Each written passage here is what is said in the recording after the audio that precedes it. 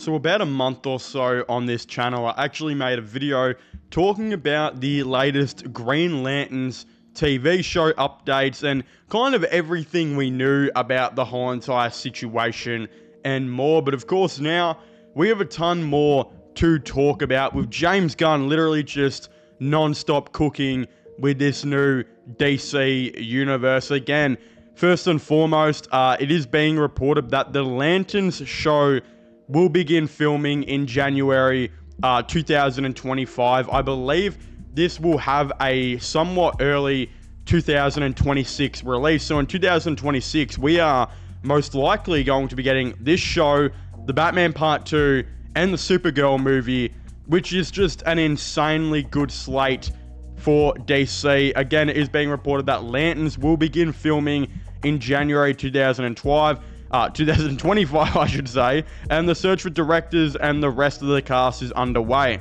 The series will follow Hal Jordan and Jon Stewart in a dark, gritty, true detective-like plot. Again, this sounds really interesting. From what we know, it looks like these Lanterns are going to come down to Earth and are going to discover this mystery, whether it's a death or something, I don't know.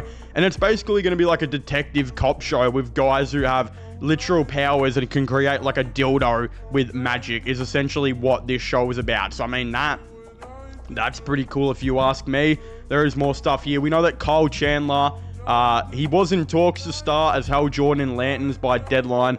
I believe this is all official now.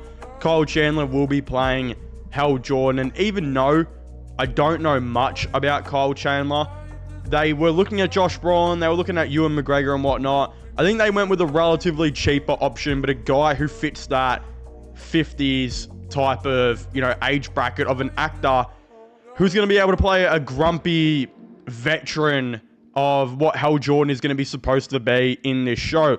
Again, Aaron Pierre is, or I think that's how you say his name, Pierre, yeah, is the front runner to play Jon Stewart in the DCU. This guy just looks like Jon Stewart. I mean, what more can you say? And then there's another report that Stephan James is one of the front runners to play Jon Stewart in the DCU as well. Again, I can report that both of these guys are currently doing screen testing. So by the time this video comes out, one of these guys is probably being cast. So it's going to be interesting to see who they, of course, do go and pick. But again, this show is looking pretty crazy. I mean, Hal Jordan being a little bit older and a little bit like a veteran of the Lantern Corps is definitely something that a lot of people are debating about online, whether that's a good thing or a bad thing. Is that going to be good for the story plot? Again, that's another picture of what Kyle Chandler does look like next to what he pretty much should be looking like. I think it's an okay casting, just looks based. I don't really know anything about Kyle Chandler, if I'm being completely honest with you guys. But the reality is that this show and the plot sounds absolutely awesome. And they are legitimately going to be cooking so hard with what we've heard and what we understand that this show is going to be.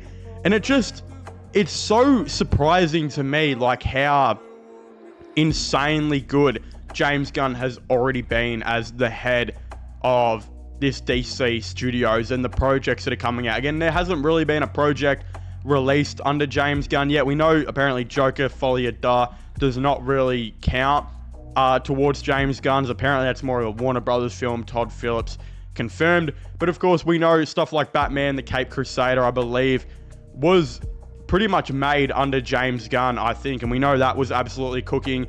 The new Superman looks like it's cooking. The Batman Part 2 looks like it's cooking. And this Green Lantern show is following that very, very similar trend of not only a story looking good, but also I feel like it's going to be. I think the Penguin is also under DC Studios. I think that's the first project released under James Gunn. And I mean, the Penguin is one of the best shows I have seen in a very long time. So I think this Green Lantern show can show some of the darker, grittier moments that the Penguin does, but also still keep the fun, light, and color theme that the Green Lantern, usually does be.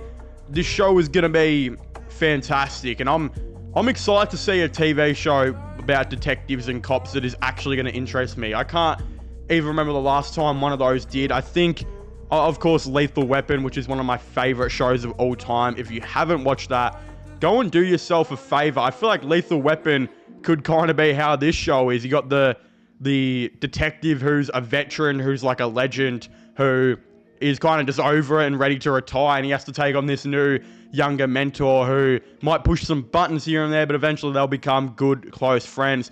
That's probably what this Green Lantern show is going to be like. So we'll have to definitely wait and see. But yeah, they're cooking with this, man. They're cooking with the whole entire DCU right now. Of course, if you haven't already, please make sure to leave a like and subscribe to the channel for all the latest gaming content, movie content, all of the above. Don't forget to subscribe to my sports channel and my IRL/vlogging channels, which will be getting linked in the description down below. But as I was saying, please make sure to leave a like, subscribe, and comment. And I'll see you guys next time. Goodbye.